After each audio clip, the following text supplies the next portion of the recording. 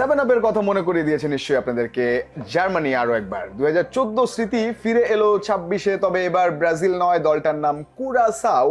আরো যা যা ঘটছে কুরাসাও টু সেলেসাও সবকিছু নিয়ে রেডিও ভূমির বিশ্বকাপ আয়োজন স্বাগত জানাচ্ছি ডি বক্সে।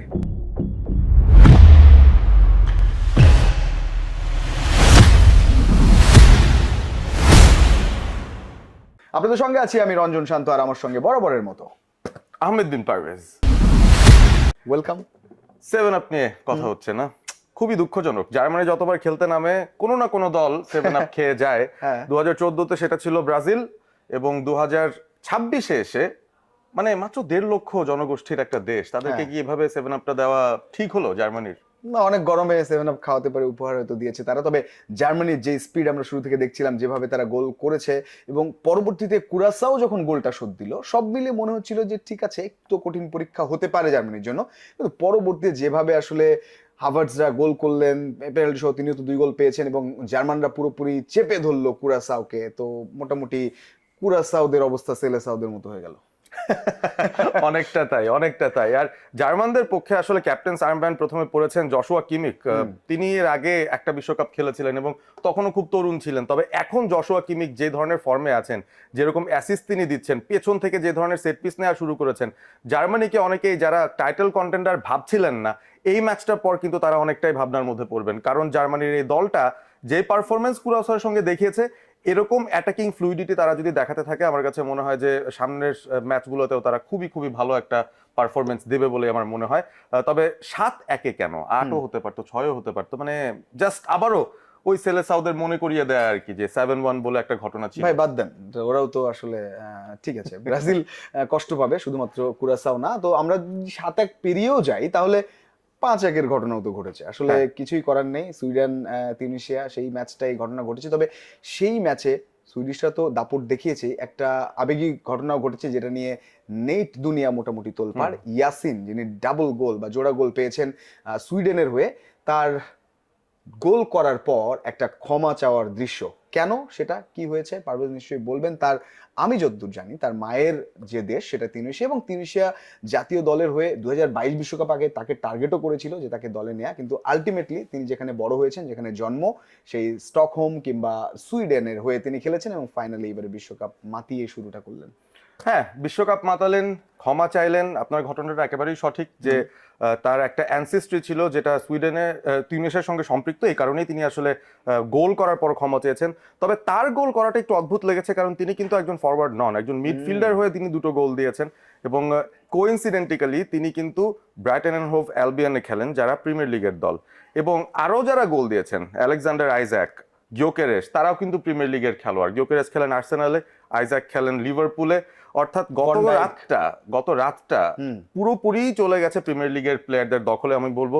এবং কাই হ্যাভার্টজের কথা তো বললামই আমরা, জার্মানির যে 7-1, সেখানেও কাই হ্যাভার্টজের 2টা গোল ছিল, তিনি খেলেন আর্সেনালের হয়ে। আমরা বেলজিয়াম ভার্সেস জাপানের খেলা দেখলাম, যেটা সবচেয়ে কম্পিটিটিভ একটা খেলা হয়েছে, ড্র হওয়া সত্ত্বেও 2-2, অর্থাৎ 2টো দলই যেভাবে আসলে ফাইট দিয়েছে ম্যাচটা জেতার জন্য, সেটা অদ্ভুত ছিল। 2বারই লিডে থেকে ডাচরা জিততে পারেনি, এটা কিন্তু তাদের ফুটবলের বিশ্বকাপের ইতিহাসে প্রথমবার। তারা প্রত্যেকবার এমন হয়নি কোনোদিন যে তারা আগে গোল দিয়ে জিততে পারেনি খেলা। এবারে Netherlands and Japan, right, Netherlands and Japan. Belgium তো নামবে সামনে, বেলজিয়াম সামনে নামছে, রাইট। আমি ডাচদের কথাই বলছিলাম। এবং সেখানে ভ্যান ডাইক গোল দিয়েছেন, গ্রেভেনবার্গ অ্যাসিস্ট দিয়েছেন, সেটাও প্রিমিয়ার লিগের ঘটনা।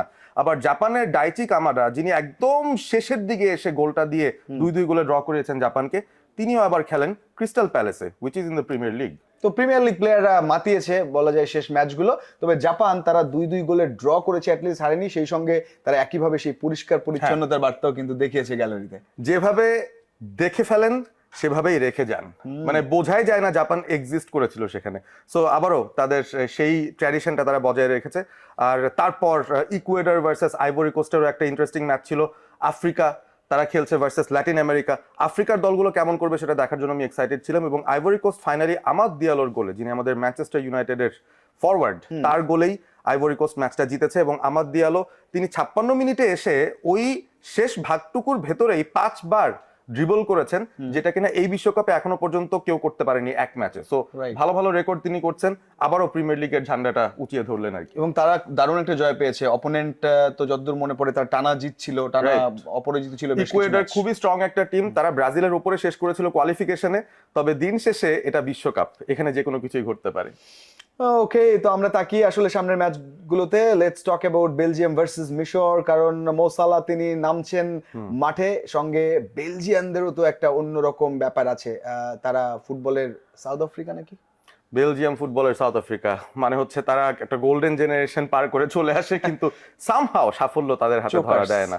এবং কেভিন ডি ব্রুইনা এই দলটায় এখনো রয়েছেন, তবে তিনি তার সেরা সময়টা হয়তো ফেলে এসেছেন। রোমেলু লুকাকু তিনিও বুড়িয়ে গেছেন, হয়তো স্টার্টও করবেন না তিনি, তবে নতুন জেনারেশনের যারা আসছেন তাদের মধ্যে বেশ কিছু ইমপ্রেসিভ প্লেয়াররা রয়েছে এবং সেটা পেছন থেকে শুরু হয়। সো ওভারঅল আমার মনে হয় বেলজিয়াম তারা যখন খেলছে ইজিপ্টের সঙ্গে, সেখানেও একটা প্রিমিয়ার লিগের কানেকশন আমরা খুঁজে পাই, কারণ মোহাম্মদ সালাহ তিনি লিভারপুলে খেলেছেন, কেভিন ডি ব্রুইনা তার সেরা সময় ম্যানচেস্টার সিটির হয়ে খেলে, তখন কিন্তু পেপ গার্ডিওলা এবং জর্গেন ক্লপের লিভারপুল এবং ম্যান সিটি বিশ্বের সেরা দুটো দল ছিল ক্লাব ফুটবলে। এবং এখন তারা জাতীয় দলের জার্সিতে আবারও একে অপরের মুখোমুখি হবে, হয়তো দুজনই আর্মব্যান্ডটা পরেই। আর মোহাম্মদ সালাহর যে বিষয়টা, আসলে 2022 ওয়ার্ল্ড কাপটা তিনি মিস করেছেন, এটা ইজিপ্টের জন্য তার জন্য আনফরচুনেট, তবে এটাই হয়তো হতে চলেছে তার শেষ বিশ্বকাপ। তিনি যার আন্ডারে খেলছেন, ইজিপ্টের যিনি হেড কোচ হোসাম হাসান, ওকে, তিনি সালার চেয়েও বেশি গোল করেছেন ইজিপ্টের হয়ে। এটা কিন্তু ভাবতেই অবাক লাগে যে Salah is not the top goal scorer for Egypt in their history. So তিনি আবার তার যমজ ভাইকে কাজে লাগিয়ে দিয়েছেন ইজিপ্টের এই জাতীয় দল সাজাতে। তিনি তার ভাই ইব্রাহিম হাসানকে টেকনিক্যাল ডিরেক্টরের দায়িত্ব দিয়েছেন, অর্থাৎ দুই যমজ ভাই মিলে ইজিপ্টের এই দলটাকে তৈরি করেছেন এবারে বিশ্বকাপের জন্য। এবং মোহাম্মদ সালাহর নেতৃত্বে এই দলটা ওমার মারমুশকে সাথে নিয়ে আমার মনে হয় খুবই ভালো একটা ফাইট দেওয়ার জন্য প্রস্তুত এই বেলজিয়ামের সঙ্গে একেবারে। এবং বলা যায় যে হ্যাঁ, একটু হ্যামস্ট্রিং ইনজুরি সেগুলো কাটিয়ে মোহাম্মদ সালাহ প্রস্তুত, এবং তিনি থাকা মানে একটা কিন্তু অপোনেন্টের জন্য থ্রেট বই কি। সুতরাং সেই ম্যাচের দিকে আমরা তাকিয়ে থাকবো। ডি বক্সে আমরা আছি, ফাউল করলে আমরা বলেছি যে ফাউল করা যাবে না, একেবারে খবর হয়ে যাবে, চাকরিও চলে যেতে পারে। এবং আইস্ক্রিনে আপনারা দেখবেন চাকরি চলে যাওয়ার প্রসঙ্গ যখন আসে, তখন চলতি বিশ্বকাপের মধ্যে চাকরি চলে গেছে এক কোচের। এই ঘটনাটা কিন্তু এখনকার ফুটবলে আমার কাছে মনে খুব রেগুলার হয়ে যাচ্ছে। ক্লাব ফুটবলে আমরা অহরহ দেখছি একটা সিজনের মাঝখানে একটা বড় দলও 2-3 বার করে তাদের ম্যানেজারকে স্যাক করছে। অর্থাৎ মানুষের যে ধৈর্যের স্প্যানটা এত কম, মানে এত কমেই যে মানুষ অধৈর্য হয়ে যায়, সেটা একটা প্রমাণ আমরা কিন্তু দেখছি এখনকার ডেসপারেটলি বিশ্বে। সাকসেসের Right. পেছনে ছুটছে। একটা মাত্র ম্যাচ হলো গ্রুপ স্টেজে, টিউনিশিয়া হারলো সুইডেনের কাছে 5-1, এবং সেটার রেজাল্ট হিসেবে টিউনিশিয়ার যে হেড কোচ সাবরি, তাকে কিন্তু স্যাক করে দেওয়া হয়েছে। আজকেই একটু আগে সে খবর আমরা পেলাম।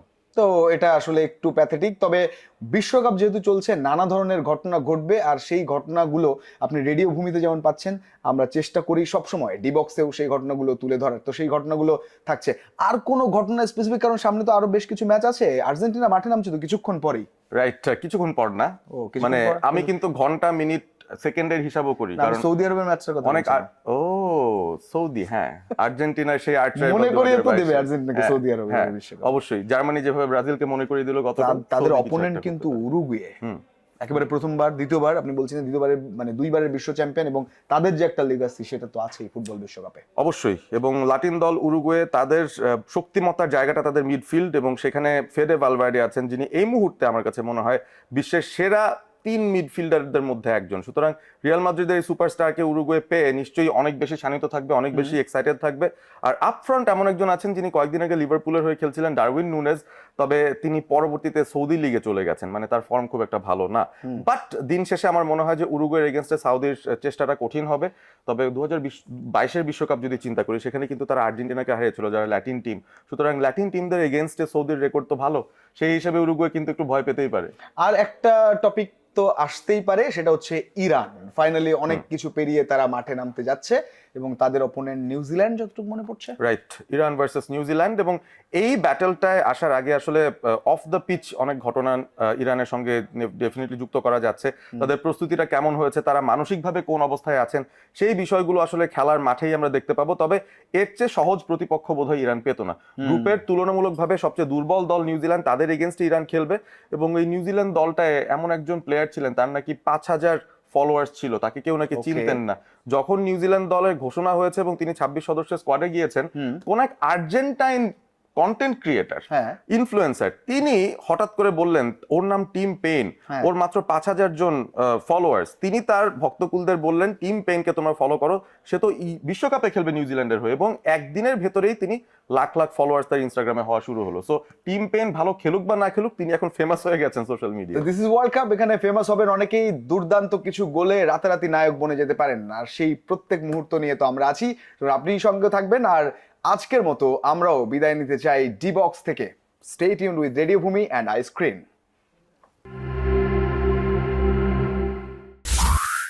রেডিও ভূমি 92.8 FM।